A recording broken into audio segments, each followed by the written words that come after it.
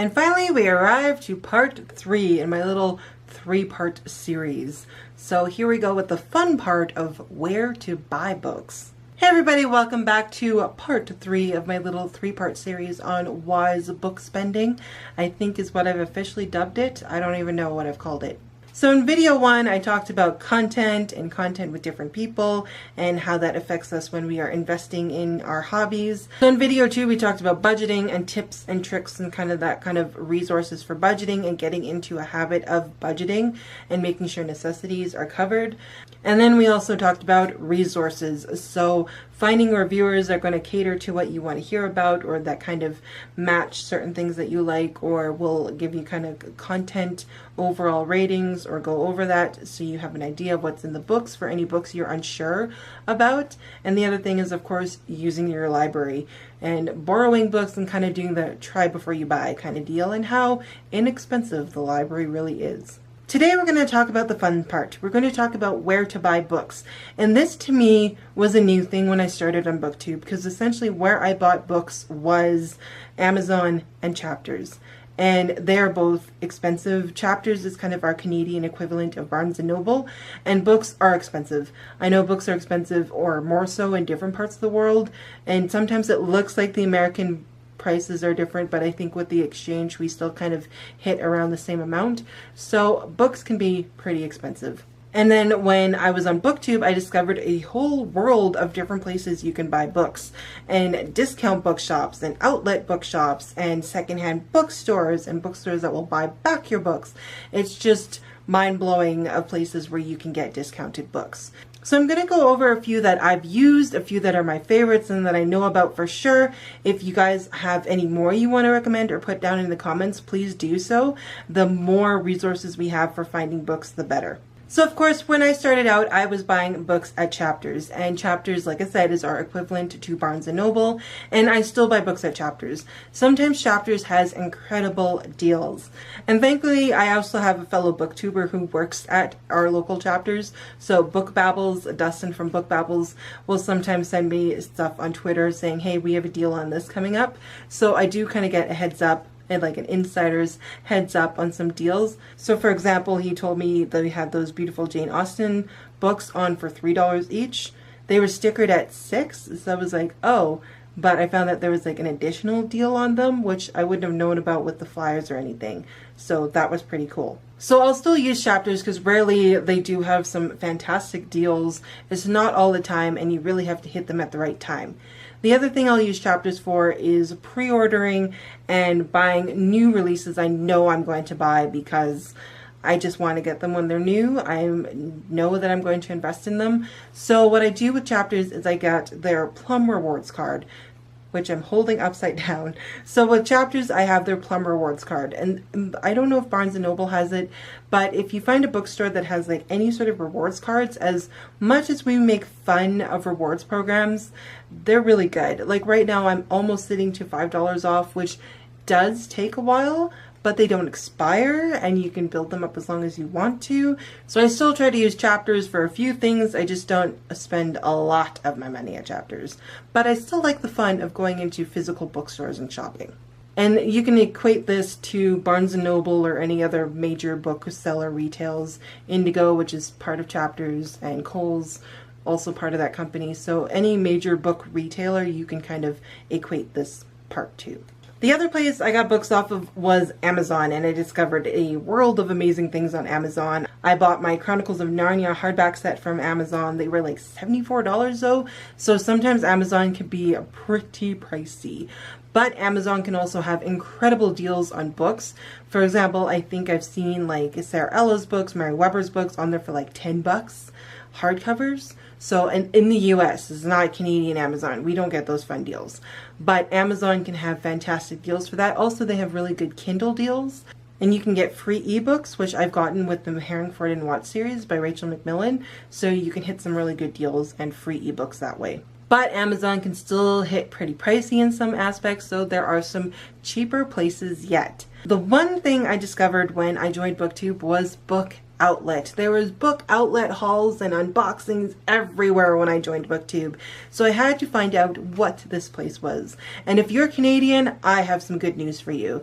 So it is a Canadian-based company set in Ontario, so you don't have to pay customs, which is just so annoying.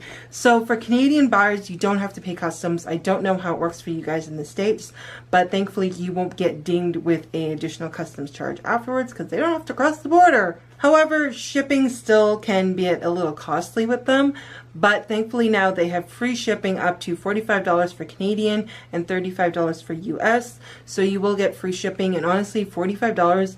My latest book outlet haul was 9 books for $50.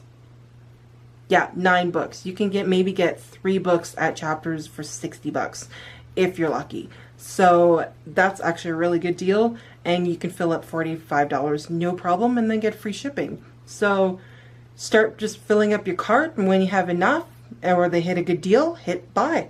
That's what I do. If you're still wary about the shipping prices, Book Depository is the other amazing website I found being here on BookTube. Book Depository is set in the UK and has free shipping worldwide. There's some restrictions to certain countries, so do check their free shipping list of countries to make sure it will ship to your country for free. But it ships free to Canada, it ships free to the States. If I'm gifting a book to anybody, any of my BookTube buddies, I'll ask for their Book Depository wish list and buy it off of Book Depository. I don't have to pay for shipping. I can ship it right to their house, so there's no customs, there's no shipping, and they get it. Unfortunately, they don't do gift wrap like Amazon does, but you have to pay additional for gift wrap anyway, so save yourself some money and order from Book Depository, which is just really good if you want to send a friend a book.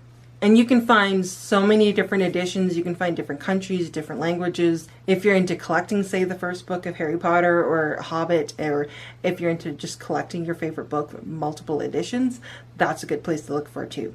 And the other thing you can't go wrong is secondhand bookstores or Goodwill stores in general. I found Cress at Value Village, which is like a Goodwill secondhand store here in Canada. I don't know if you have them in the States, but I found Cress at Value Village. It was exciting, it was amazing, and you never know what's going to be there. Now, in my experience of going around to thrift stores and secondhand bookstores and shopping around secondhand in general, there's a couple of series guaranteed you will never need to buy brand new.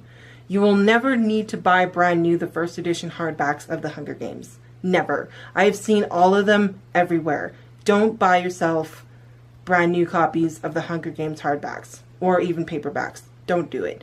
The Harry Potter series, whatever editions you have of that, you might not need to buy brand new. They are everywhere for secondhand bookstores. The Twilight series, if you're into that, don't buy brand new. Seriously, guys, it's everywhere. Cassandra Clare, I walked in a couple weeks ago into a secondhand bookstore, and their YA section was huge. There was a 2017 release on the shelf. So secondhand bookstores are your best friends. Also, several of them will do buybacks. So if you have books you want to purge, books you want to get rid of, you can sell them back to the store. They'll give you probably about half of what the book's worth onto credit. So how my secondhand bookstore works here where I live, I will bring in books. They only take hardback for YA. They'll take paperback for everything else. So they will not take hardback for regular fiction, only YA. So for buying back books, they'll give me half of what the cover price is worth onto credit. And then when I buy a book, what the book price is, they'll put half of my credit onto there, and then I pay the other half of the book. So if a book is $10, I'm paying $5 for the book because I have in-store credit. And as far as I know, that's usually how most of them work. And same with the hardback thing. Most of them won't buy back hardback books unless they're YA, because there's more of a chance of reselling and cycling through hardback YAs than there is for other books. I don't know why. I would prefer to buy hardbacks, but whatever. And also classics. They will buy back any classics editions because classics always sell. So classics, hardback YA, and just books you want to get rid of, they will buy them back for you. So don't be shy in snooping around. A lot of times those secondhand bookstores that are specifically a secondhand bookstore will take on really good editions or really good conditions of books, or kind of fix up books or clean up books if they have anything on them.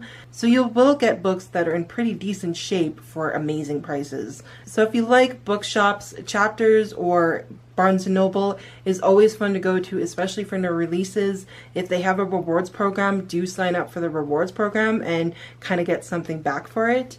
Book Outlet is amazing for discounted books, probably a lot cheaper for American buyers than Canadian buyers, because I think we still need to pay a little bit more than the US, but free shipping for books over $45 for Canadian, which is not a lot. You can fill up a box pretty quickly there.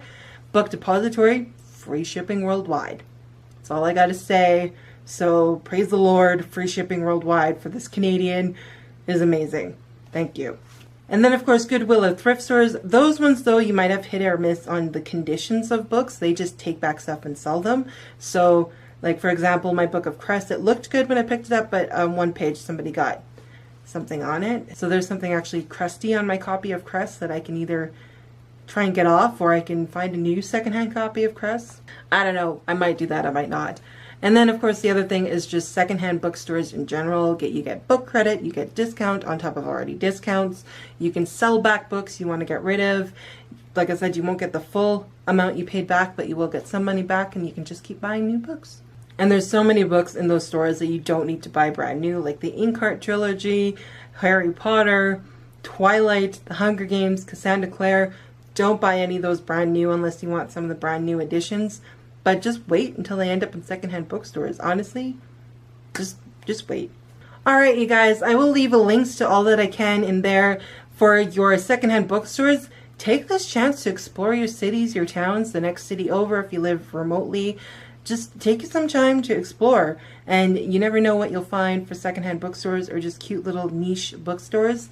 So go ahead and explore. You might end up finding the most amazing secondhand bookstore ever, and you'll be just a whole new person because of it.